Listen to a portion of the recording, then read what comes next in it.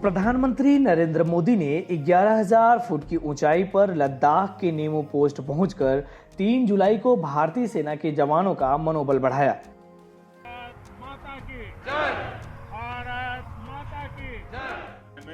भारत चीन की सेनाओं के बीच लद्दाख के सीमावर्ती क्षेत्रों में चल रहे तनाव के बीच पीएम मोदी ने शुक्रवार को लेह का दौरा किया और पड़ोसी मुल्क के साथ सीमा गतिरोध के मामले को लेकर भारत की दृढ़ता के संकेत दिए।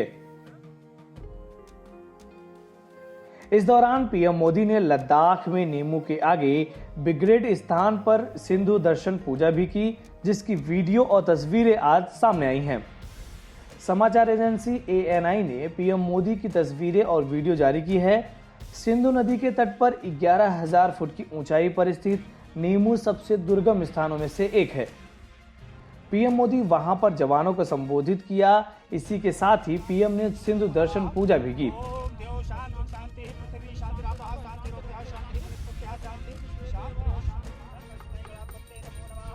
लद्दाख के कई क्षेत्रों में पिछले 7 सप्ताह से भारतीय और चीनी सेना के बीच सीमा को लेकर चल रहे गतिरोध के बीच पीएम मोदी ने शुक्रवार को लेह के नेमू का अचानक दौरा किया। नेमू वो जगह है जो ज़ंस्कार की पहाड़ियों से घिरी हुई है और सिंधु नदी के तट पर स्थित है।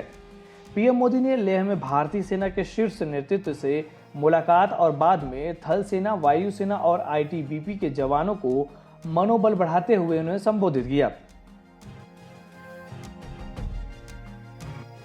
पीएम मोदी ने बीते दिन अपने संबोधन में कहा था कि लद्दाख भारत का मस्तक है और 130 करोड़ भारतीयों के मान सम्मान का प्रतीक है।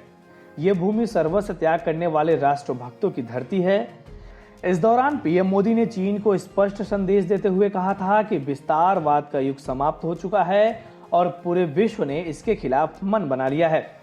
साथ ही उन्होंने ये भी कहा कि भारतीय सेना ने शत्रुओं को जो पराक्रम और प्रचंडता दिखाई, उससे दुनिया को देश की ताकत का संदेश मिल गया। जवानों को संबोधित करते हुए पीएम मोदी ने भारत और चीन के सैनिकों के बीच गलवान घाटी में पिछले दिनों हुई हिंसक झड़प में शहीद हुए 20 भारतीय सैनिकों को श्रद्धांजलि दी।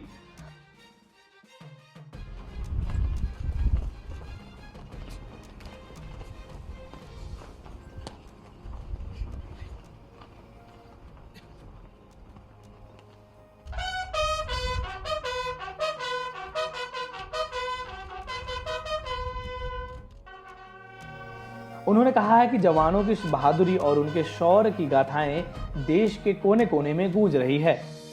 पीएम मोदी ने दोनों देशों की सेनाओं के बीच हुई हिंसक झड़प का जिक्र करते हुए कहा, भारत माता के दुश्मनों ने आपकी फायर को भी देखी है और आपकी फ्यूरी को भी देखी है।